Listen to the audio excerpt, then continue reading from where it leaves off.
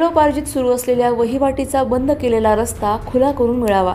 शेकटे बुद्रुक येथील क्षीरसागर वस्तीवरील शेतकऱ्यांनी दिले तहसीलदारांना लेखी निवेदन।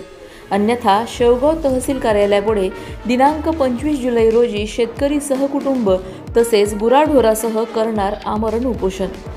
शेवगाव तालुक्यातील शेकटे बुद्रुक येथील सुकळी ते शेकटे बुद्रुक या रस्त्याच्या पूर्वेस असणाऱ्या जालिंदर आसाराम क्षीरसागर यांच्यासह 7 ते 8 शेतकरी कुटुंब राहत असलेल्या क्षीरसागर वस्तीकडे गट नंबर 156 च्या बांधावरून जात असलेला वडिलोपार्जित वहिवाटीचा चालू असलेला शेतरस्ता हा काही दिवसांपूर्वी येथीलच सूर्यकला काकडे, रावसाहेब काकडे, अनुपम काकडे तसेच शरद काकडे यांनी हा रस्ता ट्रॅक्टरने नांगरून झाडाच्या फांद्या तसेच निरुपयोगी कचरा हा सदर रस्त्यावर टाकून रस्ता हा पूर्णपणे बंद केला असून हा रस्ता बंद केल्याने क्षीरसागर वस्तीवरील शेतकऱ्यांना, शालेय विद्यार्थ्यांना तसेच आबालवृद्धांना शेजारीच असणाऱ्या ओढ्याच्या चिखलातून रस्ता शोधत गावात जावे यावे लागते। अशी परिस्थिती निर्माण झाल्याने क्षीरसागर वस्तीवरील जालिंदर आसाराम क्षीरसागर यांच्यासह 7 ते 8 शेतकऱ्यांनी बुधवार दिनांक 16 रोजी शेवगावचे तहसीलदार यांना लेखी निवेदनाद्वारे रस्ता खुला करून देण्याची मागणी केली असून रस्ता खुला न केल्यास शुक्रवार दिनांक 25 जुलै रोजी शेवगाव तहसील कार्यालयापुढे सहकुटुंब तसेच गुराढोरासह आमरण उपोषण करणार असल्याचा इशारा देखील क्षीरसागर वस्तीवरील जालिंदर आसाराम क्षीरसागर यांच्यासह 7 ते 8 शेतकऱ्यांनी लेखी निवेदनाद्वारे दिला आहे। मी सागर आत्माराम क्षीरसागर शेकटे बुद्रुक गावचा रहिवासी आहे।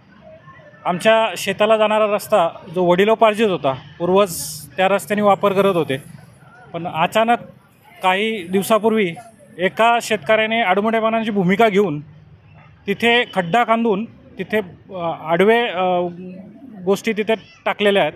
त्यामुळे आम्हाला आता वड्यातून प्रवास करावा लागतो। लहान मुलांना शाळेत जाण्यासाठी अडचणी होतात।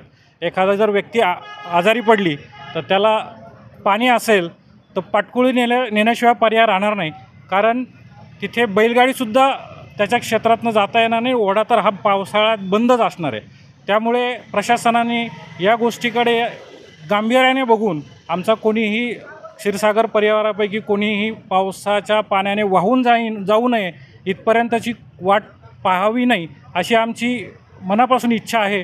आणि हा प्रश्न माननीय तहसीलदार साहेबांनी त्वरित मार्गी लावा अशी आमची मनापासून इच्छा आहे। अन्यथा तुम्ही काय करणार? अन्यथा येत्या 23 तारखेला